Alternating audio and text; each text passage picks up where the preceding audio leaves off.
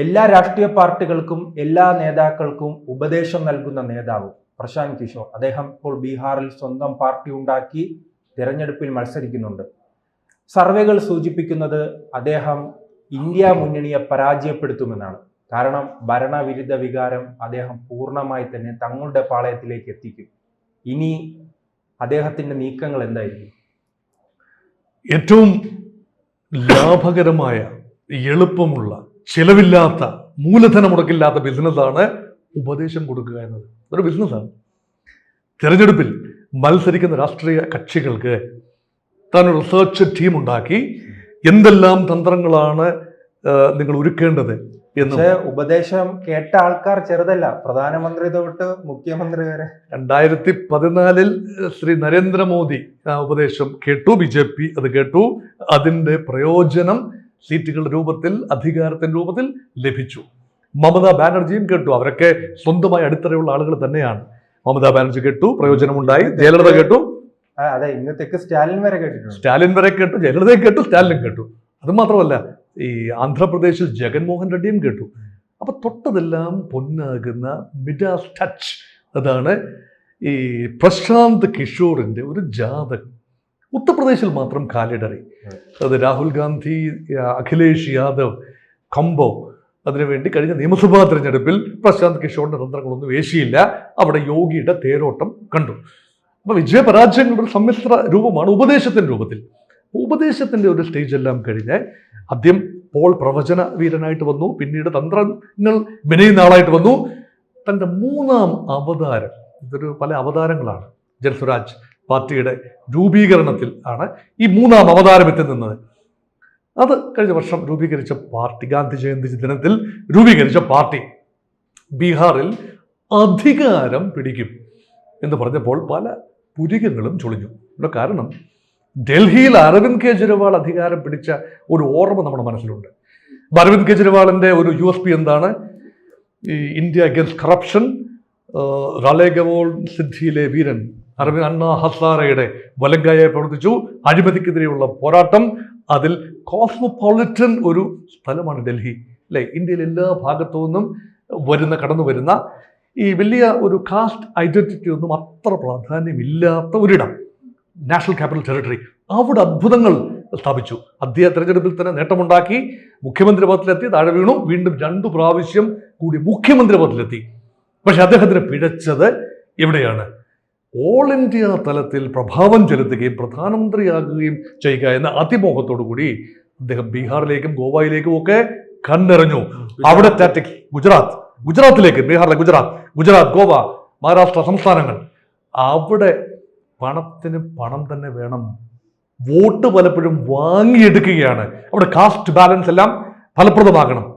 അപ്പം മറ്റൊരു DNA ആണ് ആം ആദ്മി പാർട്ടിക്ക്. ആ DNA ഗുജറാത്തിലേക്ക് പറിച്ചു വെക്കാൻ നോക്കിയപ്പോൾ പണം ആവശ്യമായി വന്നു. മറ്റെല്ലാ പാർട്ടികളും ചെയ്യുന്നത് പോലെ പണം സ്വീകരിക്കാൻ റെഡ്ഡി ബ്രദേഴ്സിൽ നിന്നും ഈ മദ്യ നയത്തിന്റെ മറവിൽ പണം സ്വീകരിച്ച് പുലിവാലാവുകയും ഏതാണ്ട് ആ പാർട്ടിയുടെ അടിത്തറ തന്നെ തോണ്ടപ്പെടുകയും ഡൽഹിയിൽ പരാജയപ്പെടുകയും പഞ്ചാബിൽ കഷ്ടിച്ച് ഇപ്പോൾ നിലനിർത്തുകയാണ് പഞ്ചാബ്.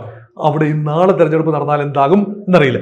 സമാനമായി, ഞാൻ ആ അരവിന്ദ് കെജ്രിവാളിന്റെ കാര്യം പറഞ്ഞത്, സമാനമായ ഒരു മൂവ്മെന്റ് ആണ് ജാതിക്ക്, മതത്തിന്, ഐഡന്റിറ്റി പോളിറ്റിക്സിന് എല്ലാം ഉപരിയായി ഒരു മധ്യവർഗത്തെയും യുവാക്കളെയും അർബൻ മെട്രോപൊളിറ്റൻ എലീറ്റിനെയും എല്ലാം ഉദ്ദീപിപ്പിക്കുന്ന ഒരു പുത്തൻ പന്ഥ ബീഹാറിന് ശീലമുള്ള ഒരു കാര്യമല്ല. അവിടെ ജാതി രാഷ്ട്രീയം തഴച്ചു വളരുന്ന RJD ആണെങ്കിലും JDU ആണെങ്കിലും BJP ആണെങ്കിലും കോൺഗ്രസ് ആണെങ്കിലും ജാതി രാഷ്ട്രീയം ഇട്ടൊരു കളിയില്ല ബീഹാറിൽ. അപ്പൊ അതൊരു കാതിന് ഇമ്പമായി തോന്നി, ബീഹാർ ജനതയ്ക്ക് കാതിന് ഇമ്പമായി തോന്നി എന്ന് പത്രപ്രവർത്തകർ വിധി എഴുതി. പത്രപ്രവർത്തകർ വിധി എഴുതിയാൽ പോരല്ലോ, ജനം വിധി എഴുതണ്ടേ? ജനവിധി കാത്തുകൊണ്ട് സ്ഥാനാർത്ഥികളെ നിർത്തി എല്ലാ സീറ്റിലും താൻ മത്സരിക്കും. അല്ല, പക്ഷെ യുവാക്കൾക്കിടയിൽ ചോദിക്കുമ്പോൾ, ഒരു മാറ്റത്തെ കുറിച്ച് സംസാരിക്കുമ്പോൾ അവസാനം അവർ എത്തി നിൽക്കുന്നത് ഈ പ്രശാന്ത് കിഷോറിലാണ്. 23% ഒരു സ്റ്റേജിൽ, ഇപ്പോൾ ഇത് വളരെ കുറഞ്ഞിരിക്കുന്നു, ഒരു സ്റ്റേജിൽ മുഖ്യമന്ത്രി പദത്തിലേക്ക് 23% ആളുകളുണ്ട്. അത് വലിയ നമ്പറാണ്. അത്രയും പേരുടെ പിന്തുണ പ്രശാന്ത് കിഷോറിന് ലഭിച്ചു. പക്ഷെ അദ്ദേഹത്തിന്റെ പാർട്ടിക്ക് ലഭിക്കുന്ന പിന്തുണ അതേസമയം 11%. അപ്പൊ വ്യക്തി എന്ന നിലയിൽ പ്രശാന്ത് കിഷോർ ഒരുപാട് കൗതുകം ജനറേറ്റ് ചെയ്തു.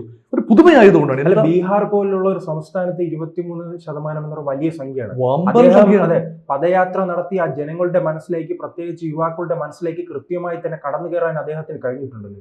അങ്ങനെ പദയാത്ര കാണാൻ കൗതുകത്തിന് ഈ ഉത്സവപ്പറമ്പിൽ എഴുന്നള്ളുന്ന ആനയെ കാണാൻ ആള് കൂടുന്നത് കൊണ്ട് ആന തെരഞ്ഞെടുപ്പിന് നിന്നാൽ എത്രത്തോളം വോട്ട് കിട്ടും എന്നത് മറ്റൊരു ചോദ്യമാണ്. ഇതൊരു കൗതുക വാല്യൂ ആണ്. എന്താണ് പറയാൻ പോകുന്നത്? അത് പലരും അത് വോട്ടേഴ്സ് ഒന്നുമല്ല, അത് കൗതുകത്തിന് വരുന്നവരാണ്. ഇതെല്ലാം വോട്ടാകും എന്ന ചിന്തയൊന്നും എനിക്കില്ല. പക്ഷേ അദ്ദേഹം ട്രോജൻ ഹോഴ്സ് ആണ് എന്ന് രണ്ടു കൂട്ടരും പറയുന്നു. BJP നിർത്തിയ ട്രോജൻ ഹോഴ്സ് ആണ്. ഇൻട്രോയിൽ പറഞ്ഞതുപോലെ പ്രതിപക്ഷത്തിന്റെ ഒരു സാധ്യത ഈ നിതീഷ് കുമാറിനെതിരെ ഉണ്ടാകാൻ സാധ്യതയുള്ള ആന്റി ഇൻകം 20 വർഷത്തെ ഭരണം, 20 വർഷം മുഖ്യമന്ത്രി പദത്തിൽ ഇരുന്ന ഒരാൾ മാറിയും പറഞ്ഞുമൊക്കെ, അങ്ങനെ ഒരാൾക്കെതിരെ സ്വാഭാവികമായി ഉണ്ടാകാൻ സാധ്യതയുള്ള ഭരണവിരുദ്ധ വികാരം, അതിന്റെ പ്രയോജനം മുഖ്യ പ്രതിപക്ഷമായ ഇന്ത്യ മുന്നണി, അവിടുത്തെ മഹാഗഠബന്ധൻ അല്ലെ, കോൺഗ്രസും RJDയും എല്ലാം കൂടി ചേർന്ന മഹാഗഠബന്ധന് ലഭിക്കുന്നത് ഒഴിവാക്കാനായി ആന്റി ഇൻകംബൻസിയുടെ ഒരു ഭാഗം പ്രശാന്ത് കിഷോറിന്റെ ജൻ സ്വരാജിലേക്ക് നീങ്ങുമെന്ന BJPയുടെ കുശാഗ്രബുദ്ധി. അതാണ് ജൻ സ്വരാജിനെ നിർത്തിയത്, കൊണ്ടുവന്ന് സൃഷ്ടിക്കപ്പെട്ട ഒരാളാണ് എന്ന് ചിന്തിക്കുന്ന ആളുകളുണ്ട്. അതേസമയം തിരിച്ചും ചിന്തിക്കുന്നുണ്ട്, ഇദ്ദേഹം കൊണ്ടുവന്ന വോട്ടാരാ? ഡെവലപ്മെന്റ് വോട്ട് പലപ്പോഴും ഈ ലാലുവിന്റെ വോട്ടല്ല. ഡെവലപ്മെന്റ് വോട്ട് എന്ന് പറയുന്നത് പലപ്പോഴും നിതീഷ് കുമാറിന്റെ വോട്ടാണ്. നിതീഷ് കുമാറിനെ എന്തെല്ലാം പറയുമ്പോഴും, ബീഹാറിന്റെ അവികസിത അവസ്ഥ നിലനിൽക്കുന്നു എന്ന് പറയുമ്പോഴും ഒരു ജംഗിൾ രാജ് മാറി കുറച്ചൊക്കെ സുരക്ഷയൊക്കെ ഉണ്ടായ ഒരു കാലഘട്ടമാണ് ഈ നിതീഷ് കുമാറിന്റെ ഭരണകാലം. അപ്പൊ അത് സ്ത്രീകൾ ആവർത്തിച്ച് പറയുകയും ചെയ്യും, സ്ത്രീ സൗഹൃദമായ ഒരു ഗവൺമെന്റാണ്. നാം ഈ ത്രിപുരയിൽ കണ്ടിട്ടുണ്ട്, അവിടുത്തെ ഒരു പ്രാദേശിക പാർട്ടി BJPക്കെതിരായി മത്സരിക്കുന്നു. അതെ, അവർക്കെതിരായി മത്സരിച്ചിട്ട് വലിയ രീതിയിൽ മുന്നേറ്റം ഉണ്ടാക്കിയിട്ട് അവസാന ഘട്ടത്തിൽ അവർ എത്തി നിൽക്കുന്ന BJP പാളയത്തിലാണ്. അങ്ങനെ ഒരു നീക്കം കാണുമോ നാം ഇവിടെ? ഇത് രാഷ്ട്രീയമല്ലേ? ഇത് ആരെക്കുറിച്ചാണ് നമ്മൾ സംസാരിക്കുന്നത്? തന്ത്രജ്ഞനായ പ്രശാന്ത് കിഷോർ. പ്രശാന്ത് കിഷോറിന്റെ DNA-യിലുള്ള ഒരു പൊളിറ്റിക്കൽ ഫാക്ടർ ഇല്ലേ? കാറ്റിനൊപ്പം നിൽക്കണം. അദ്ദേഹത്തിന് ഏതെങ്കിലും ഒരു പാർട്ടിയിലോ ഏതെങ്കിലും ഒരു തത്വസംഹിതയിലോ വിശ്വാസം ഉണ്ടാകാൻ സാധ്യതയുണ്ടോ? അങ്ങനെയാണെങ്കിൽ മോദിയോടൊപ്പം നിന്നയാൾ എങ്ങനെയാണ് മമതയോടൊപ്പം നിൽക്കുന്നത്? എങ്ങനെയാണ്? അതൊന്നും സാധ്യമല്ലല്ലോ. അതുകൊണ്ട് അധികാരം എന്നതും പ്രസക്തി എന്നത്, അധികാരം മാത്രമല്ല റെലവൻസ്, തൻ്റെതായ റെലവൻസ് നിലനിർത്താനുള്ള അദ്ദേഹത്തിന്റെ ശ്രമം.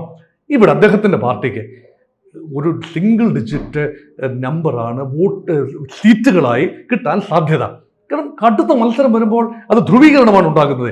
മൂന്നാമത്തെ ഒരു കക്ഷി എന്ന നിലയിൽ അസദുദ്ദീൻ ഒവൈസിയുടെ പാർട്ടിക്കോ അല്ല എങ്കിൽ അത് ഇന്ത്യ മുന്നണിയുടെ വോട്ടുകളായിരിക്കും, മുസ്ലിം വോട്ടുകളായിരിക്കും കട്ട് ചെയ്യാൻ പോകുന്നത്. അല്ല എങ്കിൽ ജൻ സ്വരാജ് പാർട്ടിക്കോ വോട്ട് കട്ടേഴ്സ് എന്ന ടാഗ് മാത്രമേ ചേരൂ. പക്ഷേ അവിടെ ഇവിടെ ചില പോക്കറ്റുകളിൽ സ്ഥാനാർത്ഥിയുടെ മികവ് കൊണ്ട് മറ്റു ചില തുല്യമായ വോട്ടുകൾ വീതിച്ചു പോകുമ്പോൾ, ഒരു ചതുഷ്കോണ മത്സരമൊക്കെ വരുമ്പോൾ ചിലപ്പോൾ ചില സ്ഥാനാർത്ഥികൾക്ക് ജയിച്ചു കയറാം. അങ്ങനെ 10ഓളം സ്ഥാനാർത്ഥികൾ വിജയിച്ചു വന്നാൽ പോലും ഒരു തൂക്ക സഭ വന്നാൽ അവിടെ ജൻ സ്വരാജ് പാർട്ടി എന്ത് നിലപാടെടുക്കും? പ്രശാന്ത് കിഷോർ എന്ത് നിലപാടെടുക്കും? ഒരു സാധ്യതയും കൂടെ ഞാൻ പറഞ്ഞു വെക്കട്ടെ, ഇതൊരു ഊഹം മാത്രമാണ്. ഇനി ആരും എന്നെ കേൾക്കുന്ന പ്രേക്ഷകരെ പരിഭവിക്കരുത്. ഏത് പാർട്ടിയും ബീഹാറിൽ പിളരാം, ഏത് പാർട്ടിയും പിളരാം. ചരിത്രപരമായി അങ്ങനെയാണല്ലോ. മഹാരാഷ്ട്രയിലും ബീഹാറിലെയും ഏത് പാർട്ടിയും പിളരാം. BJPയും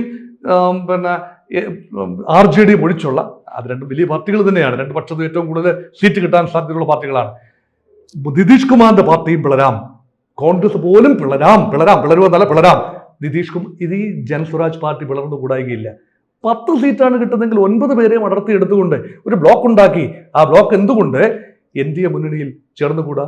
അല്ലെങ്കിൽ ഇനി ഇന്ത്യ മുന്നണിയാണ് മെച്ചപ്പെട്ട ഓഫർ കൊടുക്കുന്നതെങ്കിൽ അങ്ങനെ എന്തുകൊണ്ട് ചേർന്നുകൂടാ?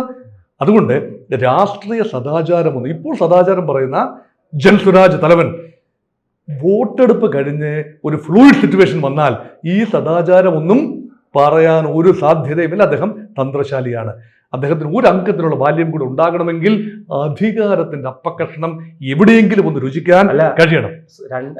ഇപ്പോൾ ഇന്ത്യയിൽ 2 പേരാണ് സ്വന്തം തൊഴിൽ ഉപേക്ഷിച്ച് രാഷ്ട്രീയത്തിൽ ഇറങ്ങിയിരിക്കുന്നത്. ഒന്ന് വിജയ്, ഒന്ന് പ്രശാന്ത് കിഷോർ. രാഷ്ട്രീയം ഒരു മെച്ചപ്പെട്ട തൊഴിൽ വരികയാണ്. അല്ലെ, ഇതൊരു സർവീസ് ആണെന്നൊക്കെ ചിന്തിക്കുന്ന ഒരു കാലഘട്ടമൊക്കെ പഴഞ്ചനായി. ഇതൊരു തൊഴിൽ സാധ്യതയാണ്. ഏറ്റവും മുന്തിയ പരിഗണന ലഭിക്കുന്ന തൊഴിലാണ് രാഷ്ട്രീയം യഥാർത്ഥ തൊഴിലേക്ക് തിരിച്ചു വരുമോ? ഈ ഇനിയിപ്പം പ്രശാന്ത് കിഷോറിന് തിരിച്ചുപോക്ക് ബുദ്ധിമുട്ടാണ്. കലപ്പിക്ക് കൈവച്ചതിന് അല്ല, ശേഷം തിരിച്ചു കമ്പനി പോയ ഇപ്പോഴും ഉണ്ടല്ലോ, അതിപ്പോൾ വിജയ്ക്ക് ഉൾപ്പെടെ. കമ്പനിയുണ്ട്, വിജയ് കമ്പനിയൊക്കെ ഉണ്ട്. അദ്ദേഹം ഒരു പ്രൊഡ്യൂസർ എന്ന രീതിയിലോ അല്ല, വിജയ്ക്ക് ഉൾപ്പെടെ ഉപദേശം കൊടുക്കാൻ അദ്ദേഹം എത്തിയിരുന്നു. ഉണ്ട്. വിജയ്ക്ക് ഉൾപ്പെടെ തമിഴ്നാട്ടിൽ ഉപദേശം കൊടുക്കാൻ അദ്ദേഹം എത്തും. ഇതൊന്നും ഒരു കാര്യം ഉറപ്പാണ്, ആരും പുണ്യം ചെയ്യാൻ വേണ്ടിയല്ല. അതെൻ്റെ അഭിപ്രായമാണെന്ന് മാത്രം കരുതിയാൽ മതി കേട്ടോ. പുണ്യം ചെയ്യാൻ വേണ്ടിയോ ജനങ്ങൾ നന്നാക്കാൻ വേണ്ടിയോ ഒന്നുമല്ല എന്നത് നമ്മൾ അംഗീകരിക്കുന്നു. പക്ഷെ കൂട്ടത്തിൽ നന്മ ഉണ്ടാകുന്നുവെങ്കിൽ അത് ബോണസ് മാത്രമാണ്. അതുകൊണ്ട് ഈ പുതിയ പരീക്ഷണങ്ങൾ, നിലവിലുള്ള രാഷ്ട്രീയ കക്ഷികൾക്ക് ദീർഘമായ ഒരു ട്രാക്ക് റെക്കോർഡുണ്ട്, ചില ആദർശങ്ങളുണ്ട്, വ്യക്തികൾ പിഴച്ചു പോകാം. പക്ഷേ പാർട്ടികൾ ഉയർത്തുന്ന ചില ചിന്താധാരകളുണ്ട്, അതൊക്കെ വിശ്വസിക്കുന്നവരും എതിർക്കുന്നവരൊക്കെ ഉണ്ടാകാം. അതൊക്കെ എന്നെ കേൾക്കുന്ന പ്രേക്ഷകർ 2 പക്ഷത്തും അല്ലെങ്കിൽ 3 പക്ഷത്തും നിൽക്കുന്ന ആളുകളായിരിക്കാം. പക്ഷെ അവർക്ക് ഇഷ്ടമുള്ള കാര്യങ്ങൾ മാത്രമായിരിക്കില്ല ഒരുപക്ഷെ സംസാരിക്കുന്നത്. ഒരു പക്ഷം പിടിച്ചുകൊണ്ടല്ലോ സംസാരിക്കുന്നത്. പക്ഷേ ജൻസുരാജ് ഒരു ന്യൂ എക്സ്പെരിമെന്റ് ആണ്. പുതിയ എക്സ്പെരിമെന്റിന് എപ്പോഴും കൗതുകം ഉണ്ടാക്കാൻ കഴിയും. പക്ഷെ കൗതുകം ഉണ്ടാക്കുന്നതും നേട്ടമുണ്ടാക്കുന്നതും 2 കാര്യങ്ങളാണ്. ഒരുപക്ഷെ വിജയപരാജയങ്ങളെ പല സീറ്റുകളിലും നിർണ്ണയിക്കുന്നത് ഒരു പരിധിവരെ ജൻസുരാജ് ആയിരിക്കും. കഴിഞ്ഞ പ്രാവശ്യം വെയ്ഫർത്തിൻ മാർജിനിലാണ് ബീഹാറിൽ ജയപരാജയങ്ങൾ മാറി മറിഞ്ഞത്. കേവലം 3000 വോട്ടിനോടടുപ്പിച്ച വോട്ടുകൾക്കാണ് ഒരു 30-40 സീറ്റുകളിൽ ഫലം മറിഞ്ഞത്. എങ്ങനെയും അങ്ങോട്ടും ഇങ്ങോട്ടും പറയാം, ജൻസുരാജ് പാർട്ടിക്ക് ഇപ്പോൾ ലഭിക്കുമെന്ന് കരുതുന്ന 9% വോട്ട് ഷെയർ എന്ന് പറയുന്നത് ഭീമമായ വോട്ട് ഷെയർ ആണ്. അതുകൊണ്ടൊന്നും സ്ഥാനാർത്ഥികളെ വിജയിപ്പിച്ചെടുക്കാൻ കഴിയില്ലായിരിക്കാം. പക്ഷേ മറ്റാരാണ് വിജയിക്കേണ്ടത്, പരാജയപ്പെടേണ്ടത് എന്ന് തീരുമാനിക്കാൻ ജൻസുരാജിന്റെ വോട്ട് കൊണ്ട് കഴിയാൻ നല്ല സാധ്യത കാണുന്നുണ്ട്.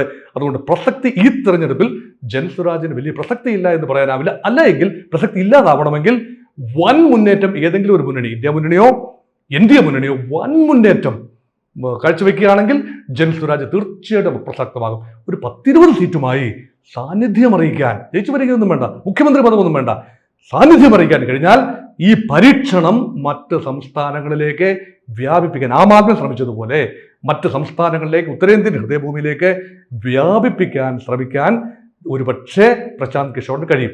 ഇപ്പോഴത്തെ എൻ്റെ നിഗമനം അതിനുള്ള സാധ്യത തീരെ കുറവാണ്. ബീഹാറിൽ തന്നെ തുടങ്ങി ഈ പരീക്ഷണം പരാജയപ്പെട്ടാൽ അതോടെ അതിൻ്റെ പ്രസക്തി പോവുകയും അത് സാവകാശം അസ്തമിക്കുകയും ഒബ്ലീവിയനിലേക്ക് പോവുകയും ചെയ്യാൻ സാധ്യതയുള്ള ഒരു താൽക്കാലിക പ്രതിഭാസമായി മാത്രമേ ഈ സ്റ്റേജിൽ ജൻസുരാജ് പാർട്ടി ഞാൻ കാണുന്നുള്ളൂ.